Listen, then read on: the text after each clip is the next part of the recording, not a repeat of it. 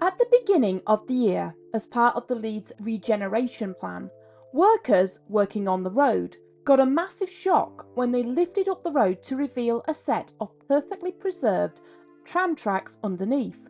Set in cobblestone and looking that they were only installed yesterday, these tram tracks represent a forgotten time in Leeds history where the tram was instrumental in getting around town.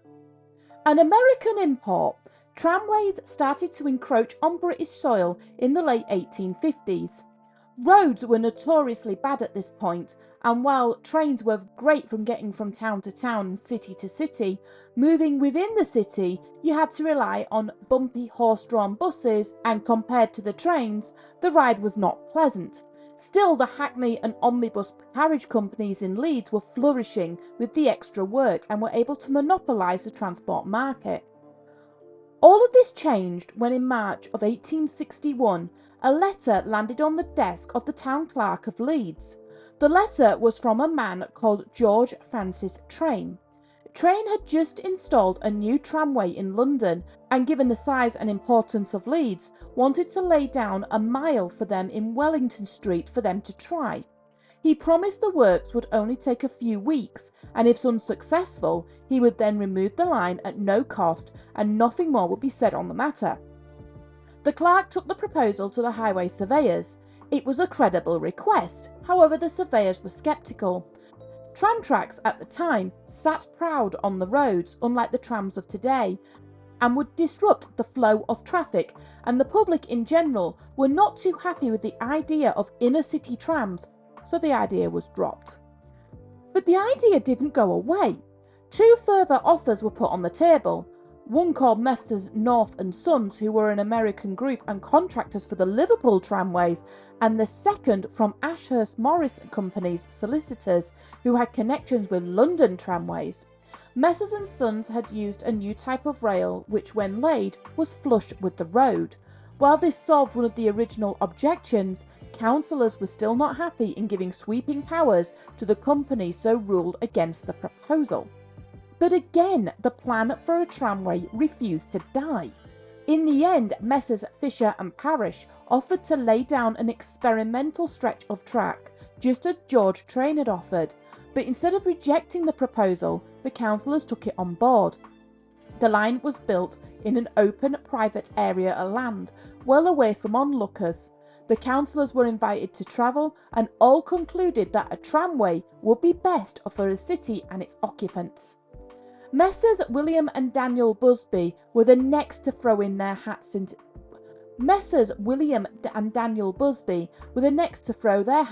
the arena.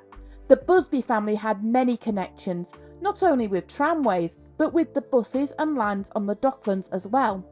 Their plan was the boldest yet, with 4 new lines proposed. It took over a year of deliberations, but finally the brothers won out, and they got the go-ahead to build their tramway. The first tramway to be completed within the city was the line from Boarhead to Headingley on the 16th of September 1872. The line was a standard gauge, and a new company was developed for the use called the Leeds Tramway Company.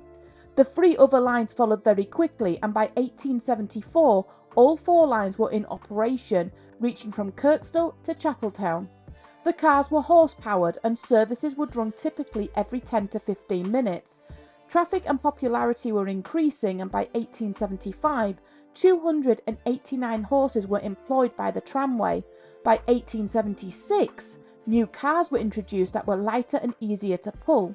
This had a profound effect on the horses' performance, and journey time was reduced to around 7.5 minutes. But in 1877, a new type of power would change everything. Leeds in itself was one of the largest steam locomotive producers of the time, and this gave the tramway a large advantage when it came to innovation. They called upon James Kitson and Company to help them design a new engine that would help with the locomotion of the trams. It made sense too economically, as the cost of caring for its hundreds of horses was on the up. On the 24th of October, a new tram car engine began its first ever public trial around the centre. It was a small engine compared to the large tram it was pulling, and sported a vertical boiler and large windows. It sat on twin axles that were covered for safety and was said to be almost noiseless as it travelled. The results were promising.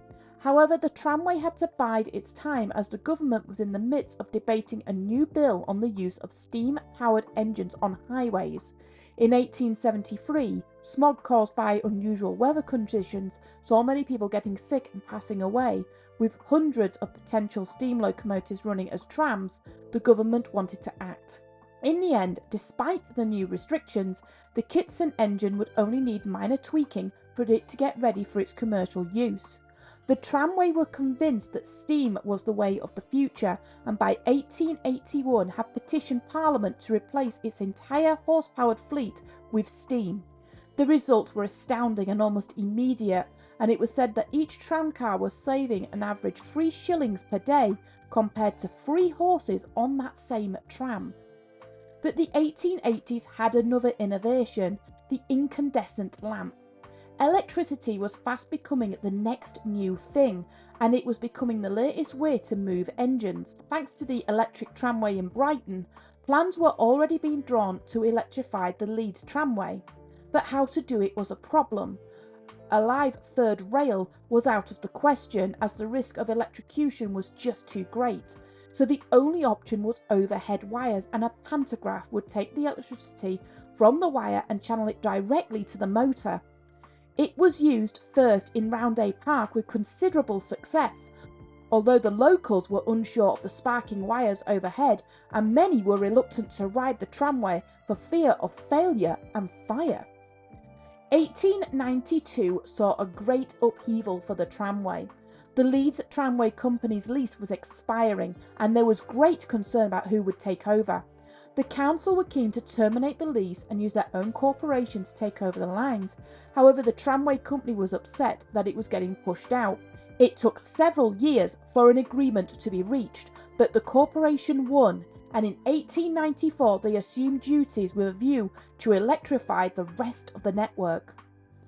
Work began in 1896, but later that same year, Roundhay Tramway would close. It wasn't the only change the people of Leeds would see. The population had exploded, and people were complaining that the current lines were not enough. So the corporation proposed 11 more lines, with 10 approved. 3,000 tons of rail were ordered, and it would be laid as double track and would be suitable for all rail tram types, whether that be horse, steam or electric. The Kirkstall Road depot was refurbished and parts rebuilt. The time was a little chaotic. Not only were the lines disjointed by the works, but there was no universal control of the motive power, coupled that all 3 types of power were still free to use the network as they saw fit. But electricity was slowly making its mark and encroaching on the lines. As more lines turned to electric, steam was being more relegated. Horses had been relegated to the pastures by 1900. On the 27th of March 1902, in an experiment, 2 electric tramcars were driven to every station on the route along the network without fuss. After some thankful remarks from the mayor, it was concluded that the steam tram would run for the final time on the 1st of April 1902. It was the end of an era and was done with no ceremony, with many people not knowing that the Tuesday morning would be their last time to ever ride a steam tram around the city streets. The electric trams proved reliable, clean, and most importantly, cheap. Some hated the overhead wires, but getting around was a simple breeze, and the electric wires provided a secondary but vital requirement for the city: electric outdoor lighting. Prior to the coming of the electric lines, the lamps were gas-powered, and the new lighting were a vast improvement on their predecessor and safer too. By 1905, the tramway was en route to expansion again, and had by this time connected to other tramways such as Bradford. To accommodate for Bradford's unusual track gauge, a twin-gauge line was built in some areas. The lines expanded minimally throughout the First World War, owing to the lack of manpower and materials. The trams had to make do, but by the end of the war, the trams were in a sorry state. The victory in Europe, however, had some resolve and bolstered people to recover, and in doing so the corporation helped renovate the engines back to their pre-war state. It took many years, but once again, the tramway was running well. Despite the coal strikes hitting the power plants, the tramway managed to gain enough capital to construct a new express track at Roundhay. This track would be partly fenced off in areas to allow for greater speeds. But in the aftermath of the Second World War and the new advancements in the motor car was chipping away at the tramway. To help, fares were reduced, and it did work for a while, allowing for the tram network to extend towards Temple Newsam. As the trams were expanding, the motor world was expanding too. Motor buses were taking over from horse-drawn buses, and thanks to improved roads, were threatening to be a real competitor to the tram network.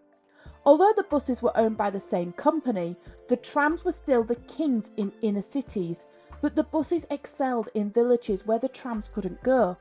People saw buses' potential, a machine that was not bound by rail, and as the interwar years continued, the buses saw a steady increase in their use. By 1925, the Leeds Tramways had a new manager, and an influential one at that, Sir William Chamberlain. He was an expert in electrics and started his tenure riding the network and noting down observations and any problems. He introduced a new service especially for excursionists arriving at the train station late at night, ready to take them home or onwards, and a special service where the Yorkshire Show took place in Pudsey. They were all, as Chamberlain said, to service the community for its specific needs. Chamberlain, with his reforms, helped strive off the increasing buses, and he was able to prove the tramway's worth in the Leeds centenary. Ferrying literally tens of thousands of people daily gave real credit to the trams where the buses were simply unable to keep up. Chamberlain would leave the post in 1928 following the collapse of Belfast Tramways and was sent there to help them, but his observations in Leeds did help him to advocate for the setting up of a municipal national organisation of transport services. But the buses were still a constant threat. The tramway tried to keep up and introduce trackless cars, but the cars had to be fed via a pantograph. It was hoped that with just a pantograph pole being installed, construction on new routes would be easier, but ultimately there was not any match for the easier buses. By the 1930s, the motors in the buses were getting better, and with it, the buses were getting bigger. The new Guy Arabs and the Dennis E's would take upwards of 32 passengers each, but in 1928 the Guy FCX was produced. This double-decker bus would take double the capacity with no issue. Diesel was being used instead of petrol. With diesel's higher firing point and economy, it was now more practical than ever to take the bus. Other private bus firms would also encroach on the tram's territory, seeing its first ever real decline. The Second World War hit the tramway hard, but like the First World War, it persevered. But the era of trams was over. Many cities began to abandon its tramway system for the buses and the roads, and although Leeds tried to hang on, it was clear that the buses were going to be the main choice in getting around the town. By 1958, it was decided that the network was done, and the last trams in the city ran in 1959. But there is a glimmer of hope, however, that the tramways may run again.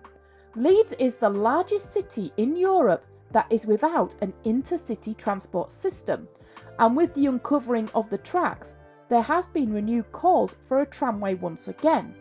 It is hoped that the trams would reach as far as Bradford, taking the strain off the bus and train routes and around the main points of the city, including Ellen Road and the Merrion Centre.